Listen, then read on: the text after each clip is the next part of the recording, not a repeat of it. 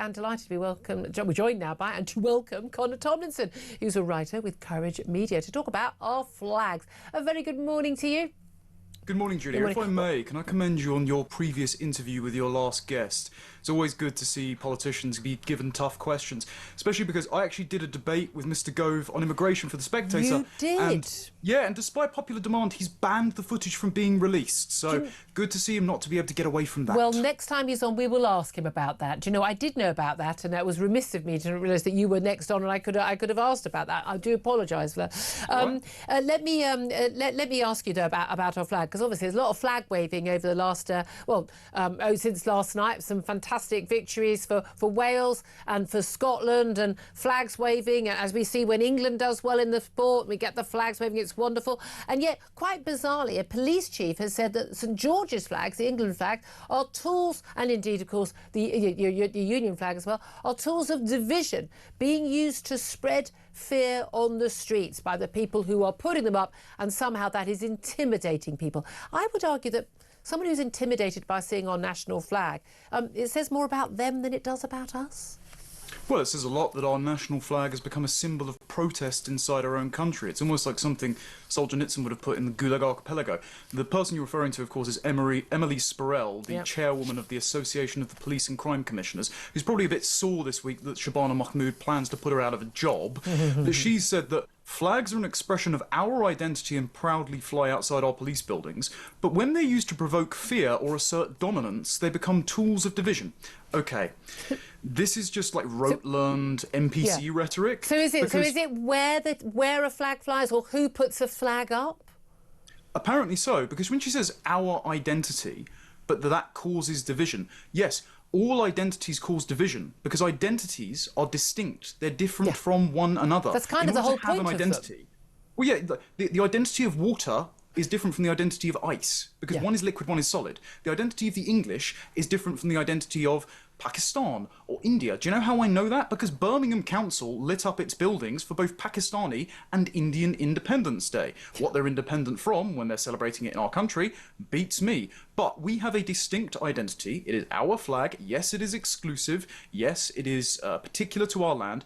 And if we aren't allowed to fly our flag in our land, then if that's not dominant, the question is, what is? And it seems to be this self-hating multicultural ideology that says we must lower our St George's crosses and our Union Jacks to accommodate identities that have nothing but long-standing historical, ethnic and religious contempt for us. And I think, actually, our identity, our history, our heritage, our culture that says the British, whether through 1066 to the Empire, were the protagonists of history, is a much better narrative to tell ourselves than one that says we were the villains. I couldn't agree with you more on all of that, and it is just extraordinary.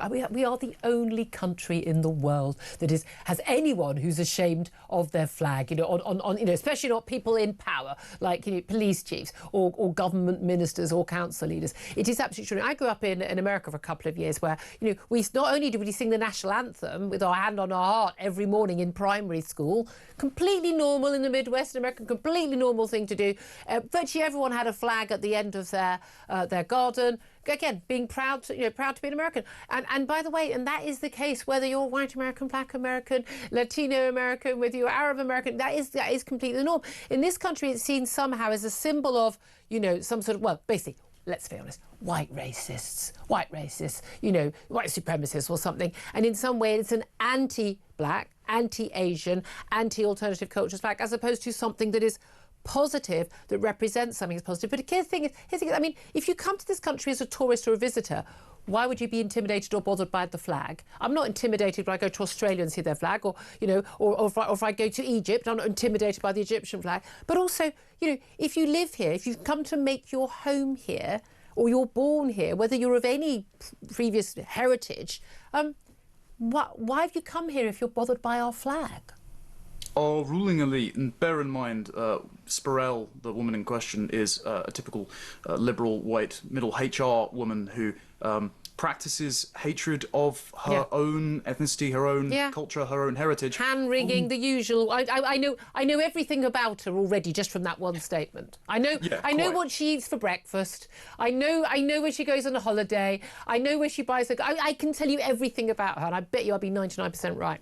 Yeah, and these people live with a cognitive dissonance that I'm going to call Schrodinger's diversity, because they act as if you don't look at people, if you don't notice differences in cultures or behaviors or values, then they don't exist. We're all just blank slates. We're all fundamentally fungible, equal economic units, and it's just the happenstance of geography or the injustice of economics that make us different. So if we all shut our eyes and hold our hands and sing John Lennon's Imagine, we'll all be as British as you and me. But at the same time, they then demand that we self-flagellate, suppress our identities, hit ourselves with the stick of inexpungible historical and racial guilt, while elevating other cultures which practice atrocities that, by her own liberal standards, should be abhorrent. So I'm just sick to death of being forced to live alongside this cognitive dissonance when I shouldn't have to practice it. And sooner this woman's put out of a job and stops lecturing us on why we can't be proud of our heritage, the better. And we don't have to pay her wages anymore. But again, this is the thing. It's this all comes back to, and it's something that Kemi Badenoch's actually been very strong on over the years, and Nigel Farage, of course, which is the simple idea that, you know, not all cultures are equal. I don't understand why anyone... People say, what you say we have a superior culture in, you know, the Western liberal world. Yeah. I mean... Yeah, what, democracy, women being equal with men, gay people being equal with straight people. I mean, yeah, absolutely. Being allowed to marry who you want regardless of their religion or their sexuality. Yeah, I consider that to be superior to someone being stoned because they were raped but they were married and therefore it counts as infidelity. Or a gay person being thrown off the top of a tower. Yeah, I consider that to be superior. And I'm not embarrassed to say that. I would agree with all of those outcomes, Julie. I would say that they come from English tradition, Christendom, more than Western liberal democracy. But I must say, I do disagree with the idea that Nigel Farage and Kemi Badenoch have been strong on this, because they too have cognitive dissonance. They value our culture, but then they don't seek to preserve it by either preserving the demographic integrity of the majority population of our country to whom that is most intuitive, and then they treat the values as if they're completely abstract, and that assimilation can just sort of work if people live in proximity to host population. And there's no proof of that whatsoever. No, we're not running a hypothetical experiment at this point. Like, what's the solution to assimilation in Bradford, Luton, Leicester, etc.? We're going to post copies of John Stuart Mill's On Liberty through every letterbox? I don't think so. So it's not just the values. The values are intuitive to the people, and so you have to put the people's interests first. They have to remain a majority in their own country in order for those values to persist. And any politician who isn't trying to secure that is ultimately undermining the foundations upon which they stand.